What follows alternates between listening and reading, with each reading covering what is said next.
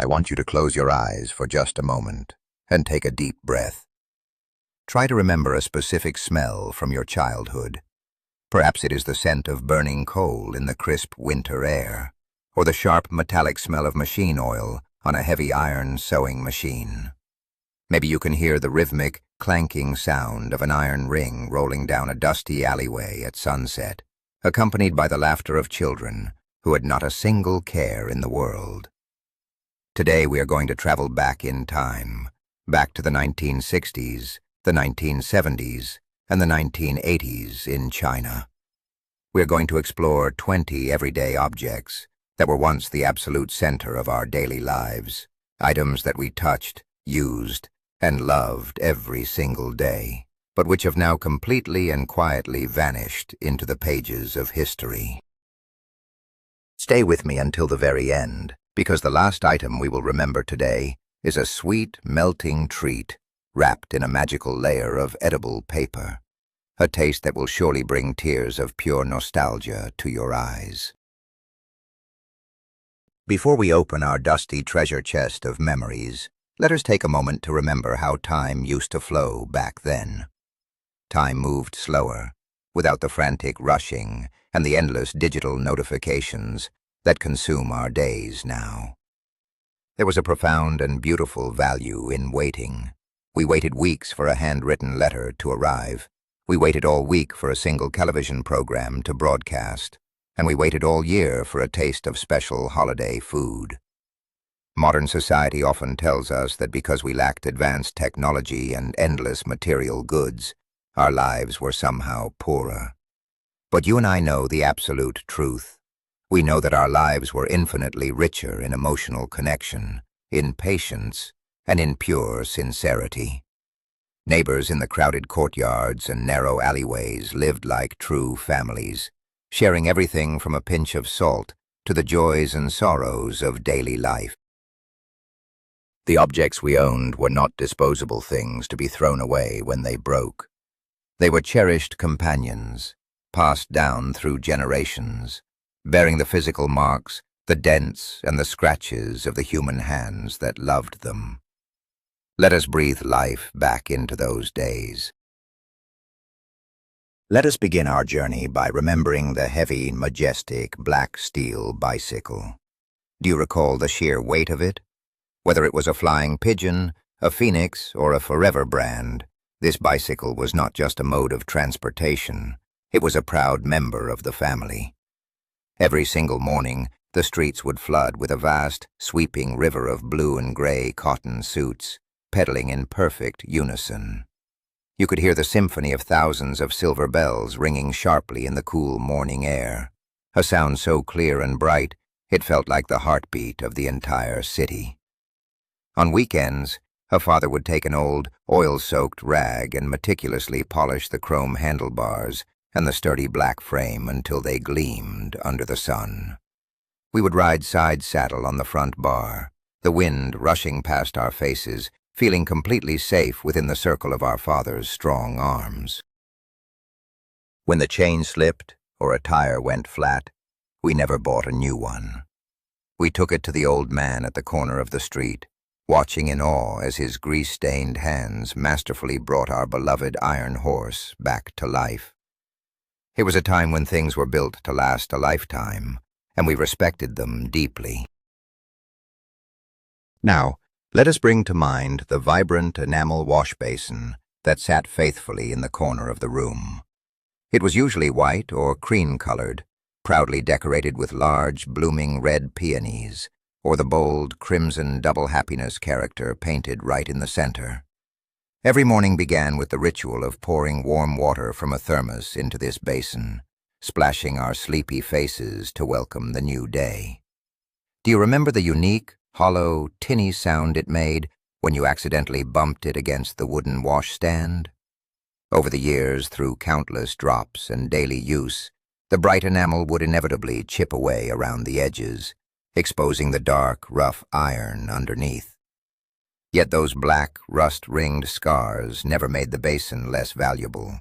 They simply proved how hard it worked for the family. When a young couple got married, A brand new pair of these washbasins was an absolutely essential and joyous wedding gift, symbolizing a fresh, colorful start to their life together.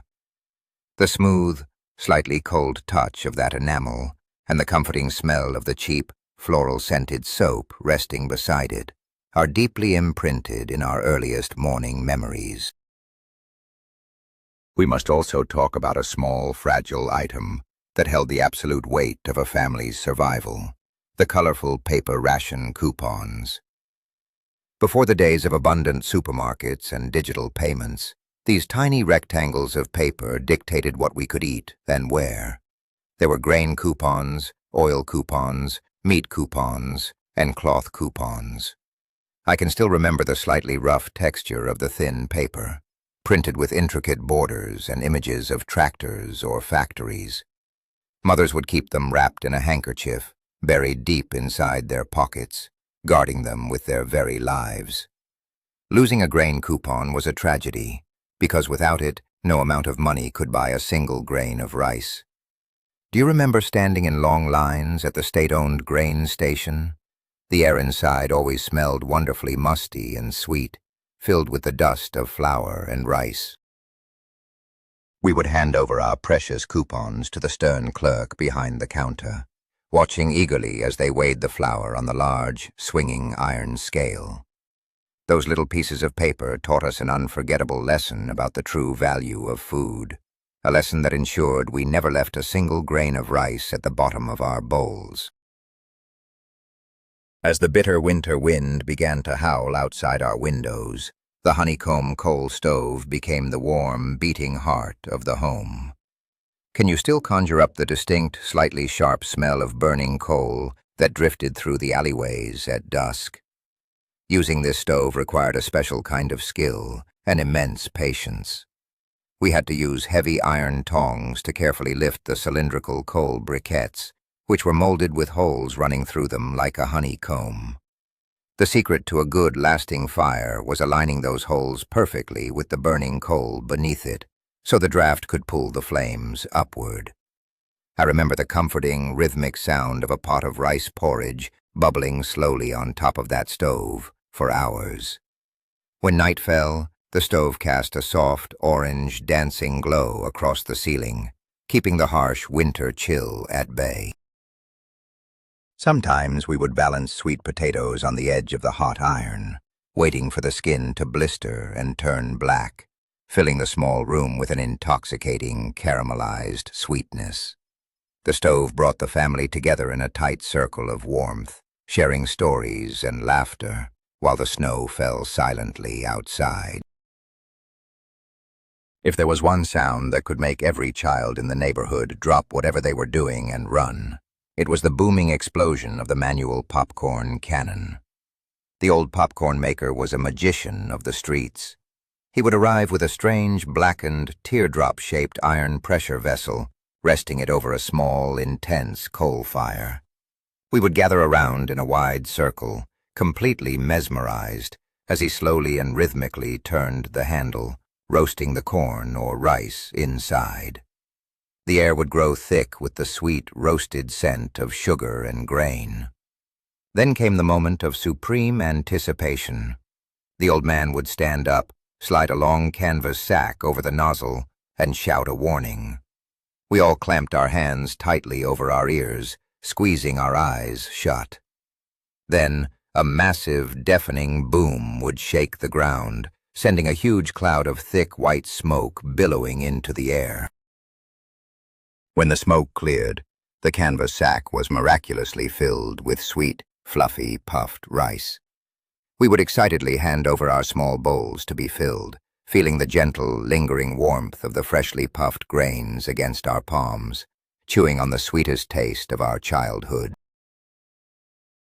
Next, let us step back inside the living room and look at something that was treated with the utmost reverence: the black and white television set covered by a handmade lace cloth. In those days, a television was a rare and magnificent luxury.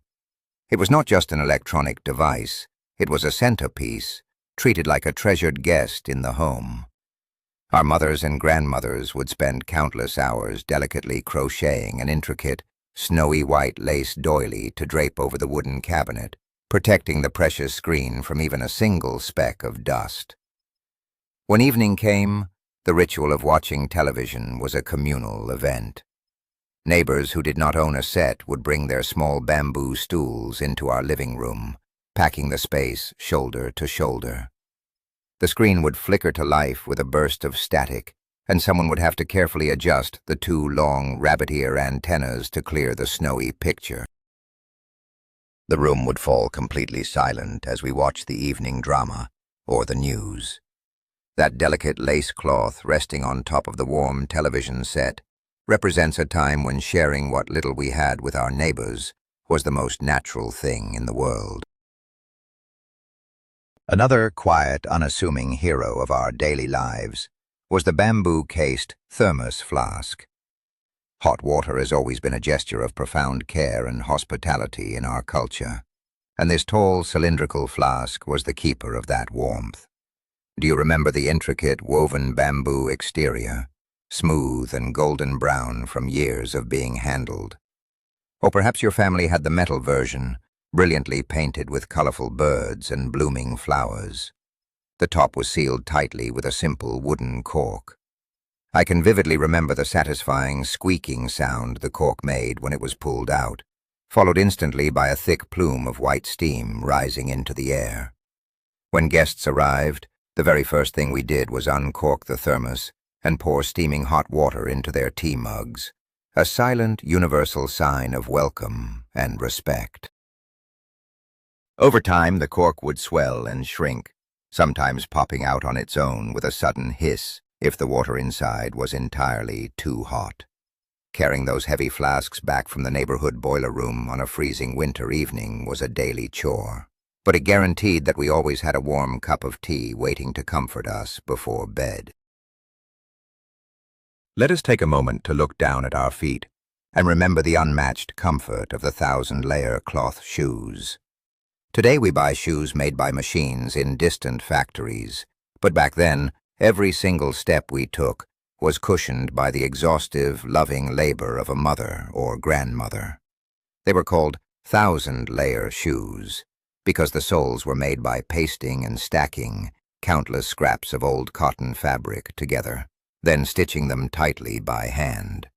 I can still see my grandmother sitting under the dim yellow light of an incandescent bulb, a thick metal thimble on her finger, forcefully pushing a long, thick needle through the tough layers of cloth.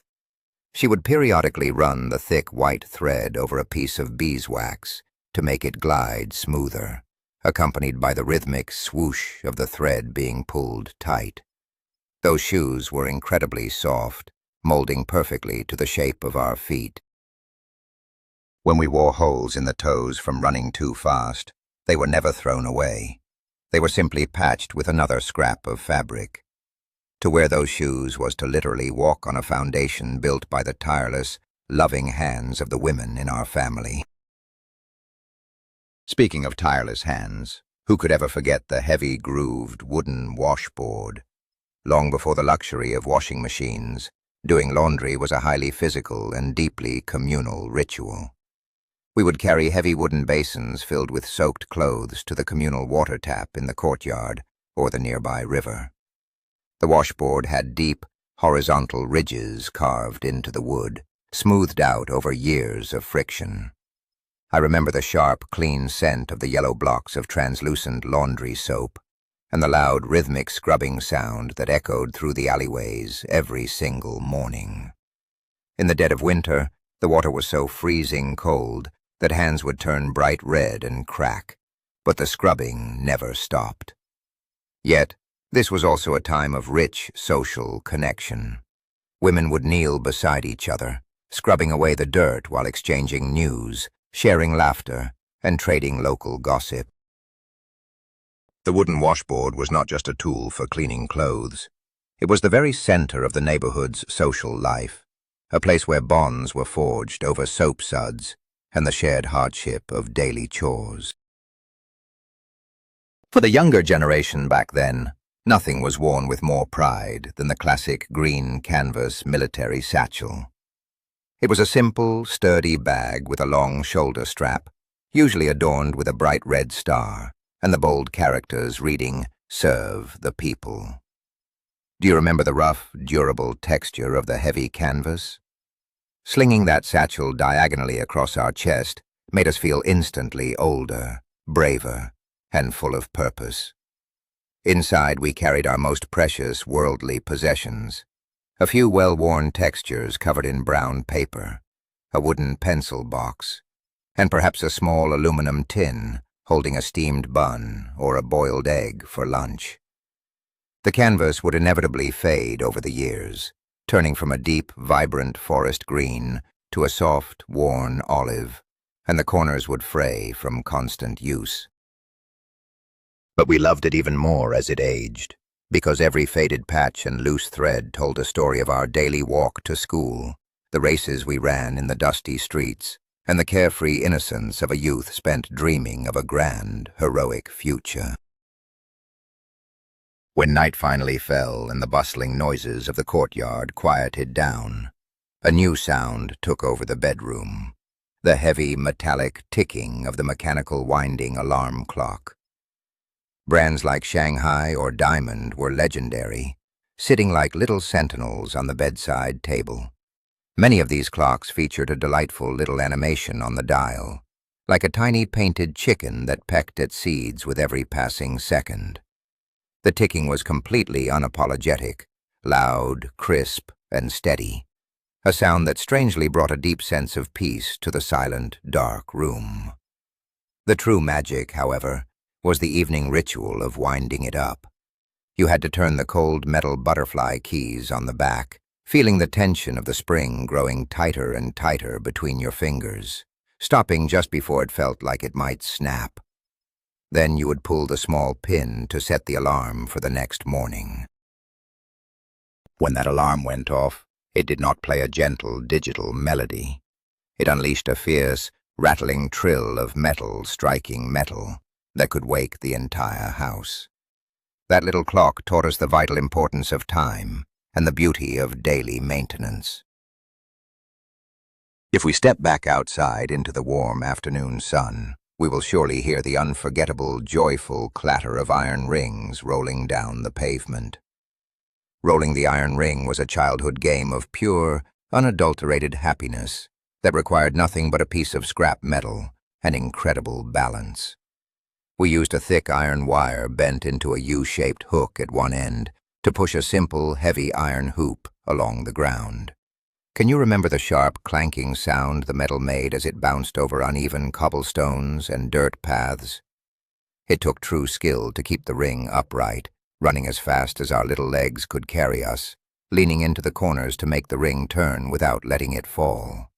The air was filled with breathless laughter and the competitive shouts of children racing each other down the narrow hutongs. We came home with dusty faces, scraped knees, and hands smelling heavily of rust and iron. We did not have expensive toys or video games, but the sheer thrill of guiding that rolling iron ring toward the sunset gave us a feeling of ultimate freedom that modern toys can never replicate.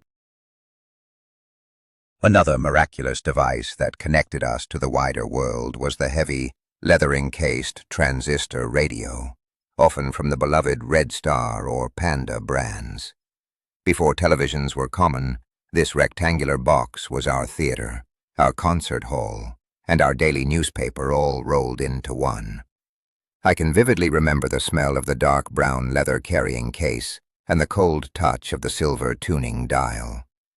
Turning that dial was an art form. You had to move it millimeter by millimeter, listening past the loud, crackling static to catch the faint, magical signal of a distant voice.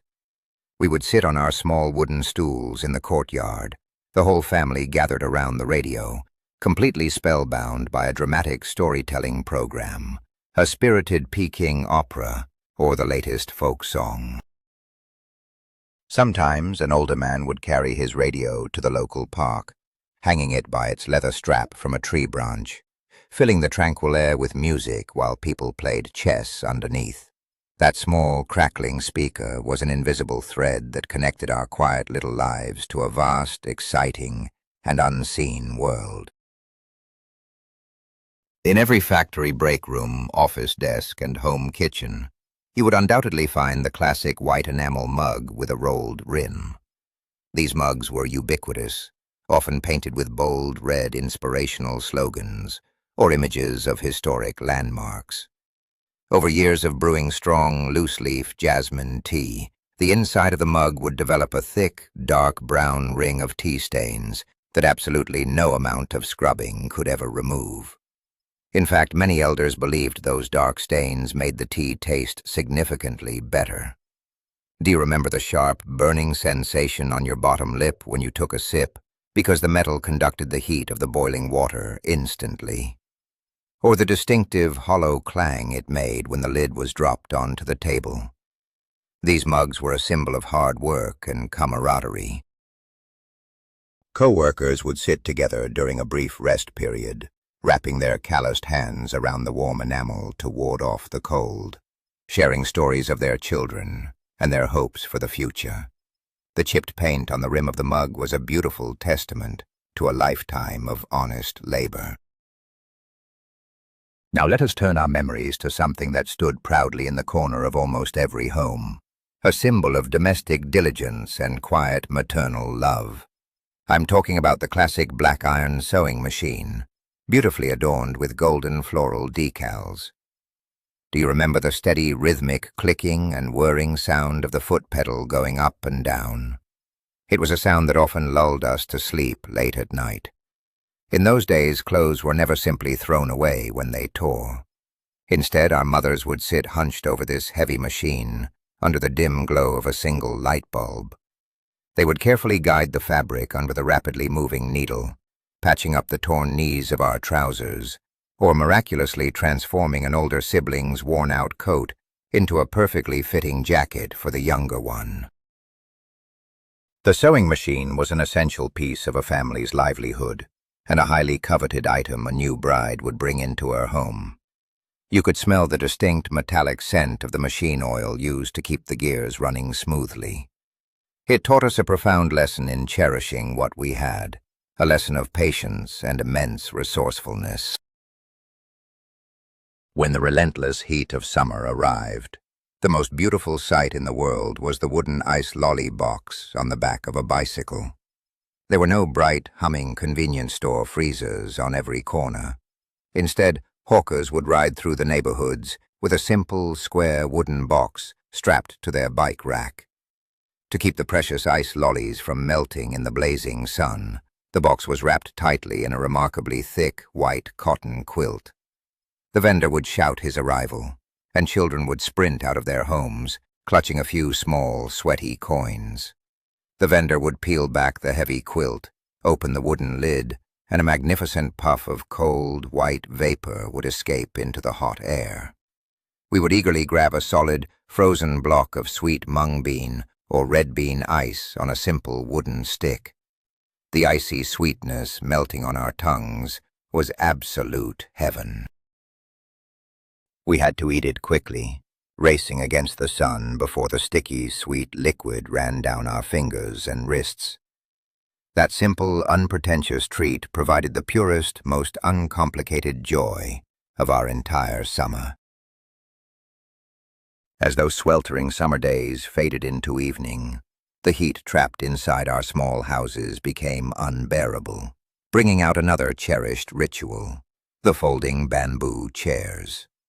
Entire families would carry their low, creaking bamboo chairs and woven mats out onto the street or into the open courtyard to catch the faint evening breeze. I remember the cool, incredibly smooth texture of the polished bamboo against my bare back. We would sit out there for hours under the vast, starry sky. Grandfathers would wave large, dried palm leaf fans back and forth in a slow, hypnotic rhythm, occasionally slapping away a bold mosquito. The air was filled with the low hum of neighborly chatter, the smell of burning mosquito coils, and the magical tales of old folk legends being passed down to the wide-eyed children sitting on the ground.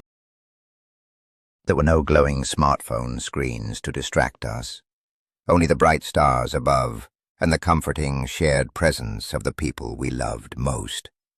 Those bamboo chairs were the foundation of our community, the place where we learned how to listen, how to talk, and how to just be together.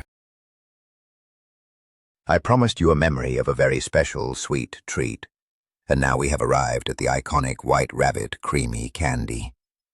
Just the sight of that small cylindrical candy wrapped in paper, printed with a jumping white rabbit and blue and red borders, is enough to make a heart ache with nostalgia. In a time when sweets were an incredible luxury, receiving a White Rabbit candy was like being handed a tiny piece of pure magic, usually reserved only for the Lunar New Year or a very special reward. But the true magic lay in the unwrapping. Beneath the printed outer wrapper was a thin, transparent layer of paper. As a child, discovering that this inner paper was actually made of edible rice paper was absolutely mind-blowing. We would place the candy on our tongues, feeling the paper instantly dissolve and melt away, giving way to the incredibly rich, milky and chewy sweetness of the candy itself. It was so chewy it would inevitably stick to our teeth, but we savored every single second of it. The taste of that candy is the taste of our childhood innocence, a flavor of pure, concentrated happiness that we will never forget. Before we finish, we must open our old school bags and pull out the classic rectangular iron pencil box. This was not a soft, quiet fabric pouch. This was a sturdy, noisy metal tin that announced its presence every time you moved. Do you remember the incredibly loud, dramatic clatter it made when it accidentally slipped off a wooden school desk and crashed onto the cement floor during a silent exam? Everyone would turn to look. Opening the lid revealed 2 or 3 stubby, well-used wooden pencils, a small, hard eraser, and the smell of raw graphite. But the most iconic feature of this iron box was printed directly on the inside of the lid, the multiplication table. How many hours did we spend staring blankly at those neat rows of numbers while listening to the teacher's voice drone on in the background? Over the years, the beautiful painted illustration on the outside of the box would get scratched, dented, and chipped from being tossed into satchels and dropped on the floor. Yet it remained our faithful companion throughout our early education, holding the simple tools we used to write the very first chapters of our lives. Finally, we return to the bicycle, but this time we are focusing on the heavy, flat steel rack over the back wheel. This simple metal frame was the workhorse of the family.